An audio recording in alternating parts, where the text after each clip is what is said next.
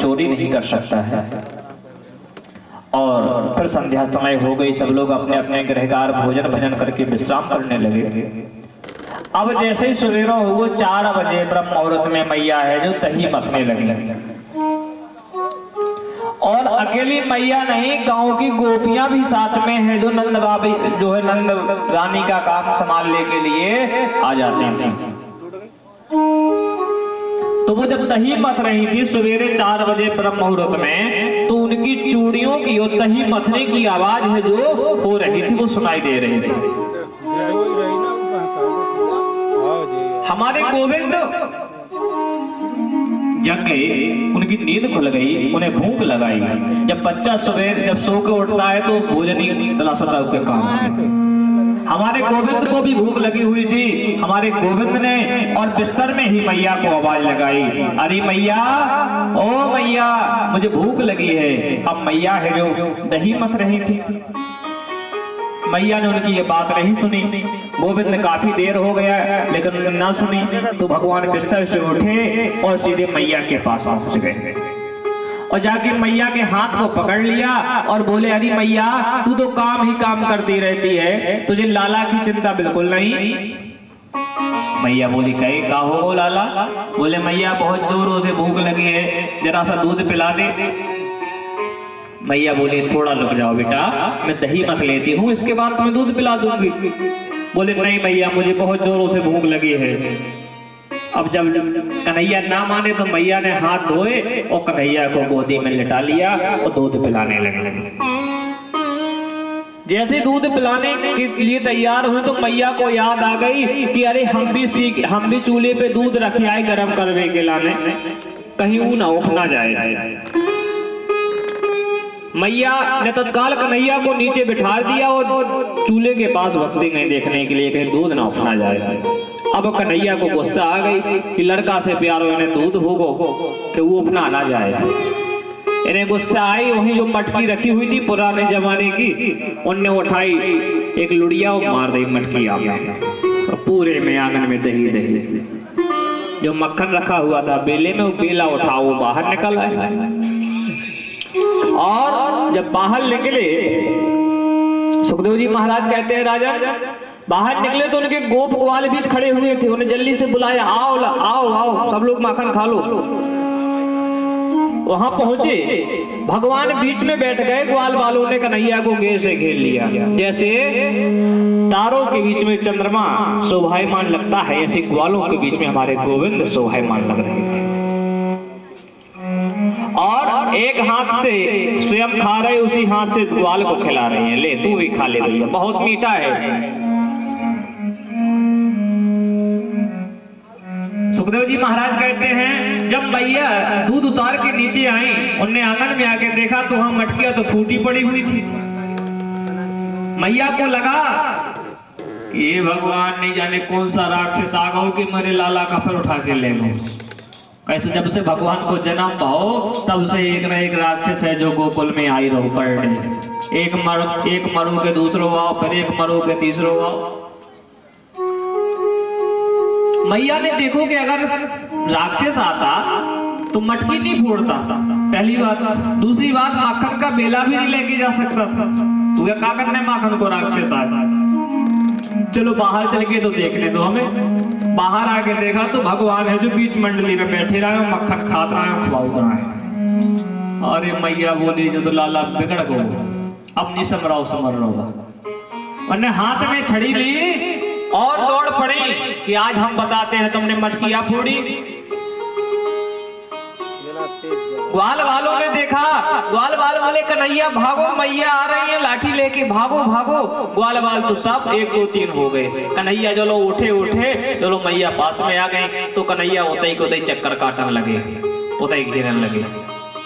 कन्हैया बोले अगर अबे मिले जा रहे हम मैया को तो मैया गुस्सा में 2-4 छड़ी मार सकत, बिल्कुल मार सकत। कैसे गुस्सा हो खराब। और तनक देर में हम इन्हें 2-4 चक्कर लगवाए, नहीं सुन गुस्सा भैया शांत थकी जाती तो लठिया अपने आप फेंक देने इन्हें। मैया को 2-4 चक्कर गोविंद लगवा रहे हैं। नारद जी महाराज और देवता लोग आकाश मार्ग से देख रहे हैं कि देखो आज एक भक्त भगवान के पीछे भाग रहा है। और भगवान उसे भगा रहे हैं कि तुम मुझे पकड़ो। मैया को लगा ऐसा ना हो कि छोटा सा लाला है डर जाए। मैया ने छड़ी को फेंक दिया। भगवान बोले गुस्सा शांत हुआ मैया की। धीरे धीरे भागने लगे। जाके मैया ने कन्हैया को पकड़ ही लिया। पकड़ा, कान पकड़ के बोली क्यों तूने मटकी फोड़ी? कन्हैया बोले ना मैया मैंने नहीं फोड़ी। बोले मैं गोपियों को क्या कहूँ? गोपियां जो बात कहती है वो सत्य कहती है, तू ही झूठ बोलता है। वहां और तो कोई था ही नहीं जब तुम मटकी लेके जो है माखन लेके बाहर निकला। चल आज मैं तुझे बताती हूँ, आज तुझे मैं दंड देती हूँ। वहीं पर उखली रखी हुई थी। उखली के पास गोविंद को खड़ा कर दिया और रस्सी ले आए और गोविंद को बांधने लगी। देवता देख रहे हैं कि देखो भगवान भक्त के वश में होते हैं। भक्त आज एक भगवान है को बांध रहे हैं। बोलिए भक्त वंशल भगवान की जय। रस्सी लाई गोविंद को बांधने लगी। जैसे गांठी लगाने का विचार किया तो 2 अंगुल कम पड़ गई। मैया बोली 2 अंगुल कम पड़ने थी। और फिर से भगत गई, फिर से ले आई, फिर जोड़ी, फिर बांधी, फिर गांठी लगाई सो फिर 2 अंगुल कम पड़ गई। मैया को गुस्सा आ गई। मैया सारे घर की रस्सियां उठा लाई, इकट्ठी जोड़ी उन्होंने बांधी तो फिर गांठी लगाई सो फिर 2 अंगुल कम पड़ गए।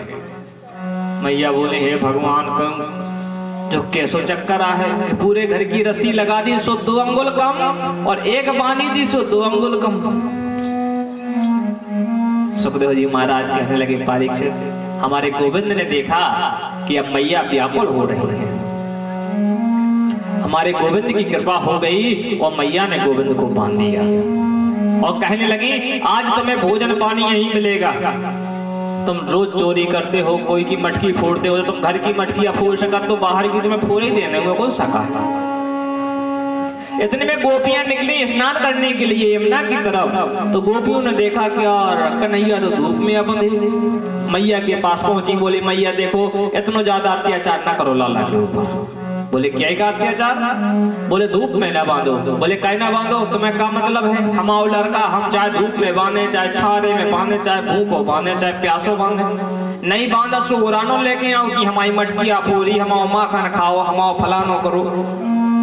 और अगर हम बांध रहे तो बांधो ना, तो चलो हटो यहाँ से, तुम्हें क्या लेना देना है? मेरा पुत्र है। हाँ हाँ मैया तेरा ही पुत्र है, बांधे रख, मेरा तो कुछ नहीं है। गोपी ऐसा कह के चल देती है। सुखदेव जी महाराज कहते हैं राजन भगवान बंधे हुए हैं। मैया अपने जो है गृह कार्य में लग जाती हैं। भगवान को बंधे बंधे याद आ गई कि नारद जी ने जो है नलकूबर मणिग्रह को श्राप दिया था। तो वो वही यमुना किनारे 2 वृक्ष हैं जो यमला अर्जुन के नाम से विख्यात थे। भगवान को वही याद आई और भगवान अपनी उखली को सरकाते हुए घसीटते हुए चल देते हैं।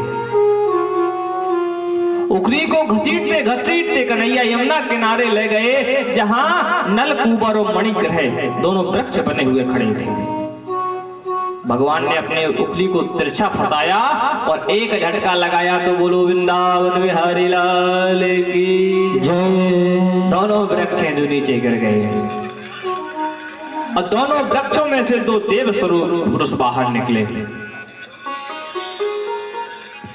दोनों ने भगवान को प्रणाम किया।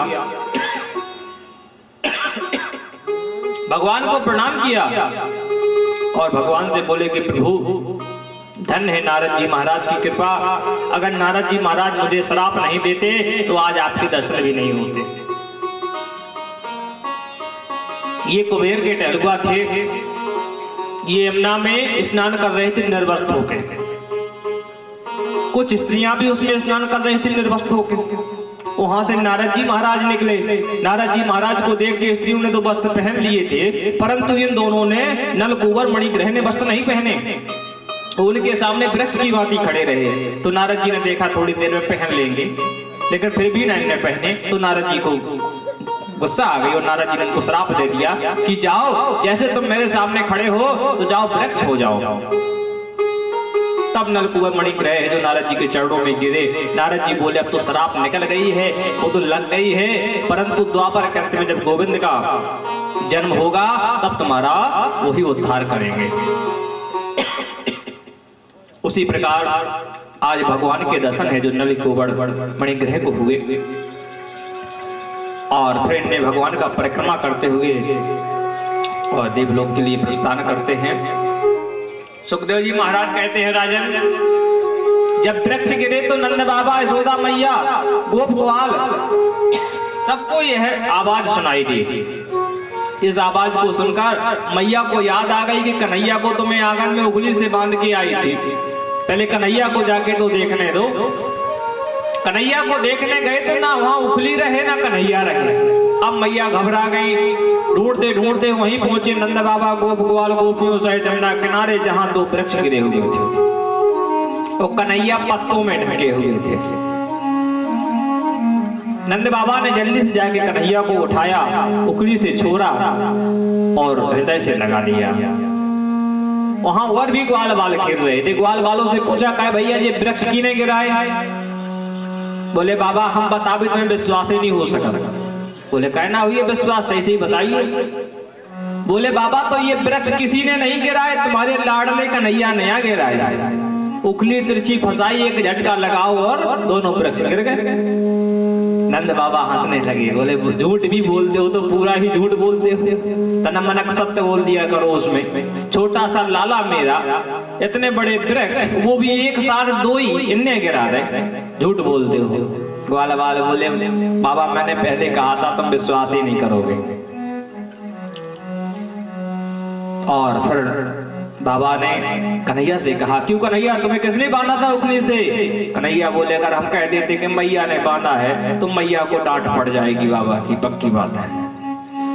कैसे एक तो लड़का है, ओई में उखली से अगर मैया बांधने लगे तो पिता को दर्द तो होगा ही, ओई में बुढ़ापे के मैया ने फिर गोपी वाले जो गोपियां हैं वो ताली बजाने लगी, गोविंद को नचाने लगी। सुखदेव जी महाराज कहते हैं राजन, ऐसे है जो हमारे गोविंद और लीला को कर रहे थे। इसके उपरांत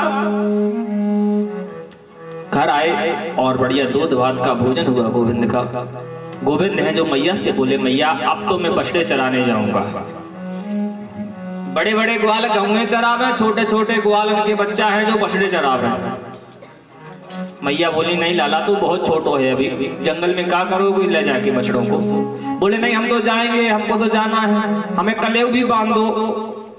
भोजन कर भी दिए, कलेवा भी बांध लिया और यशोदा रानी से, यशोदा रानी है जो दाऊ भैया से बोले दाऊ मेरा कन्हैया अभी छोटा है, तुम ही हो जो बड़े हो तो तुम जरा देख रेख करना, पहली बार हमारा ग्वाल कन्हैया है जो बछड़े चराने जा रहा है।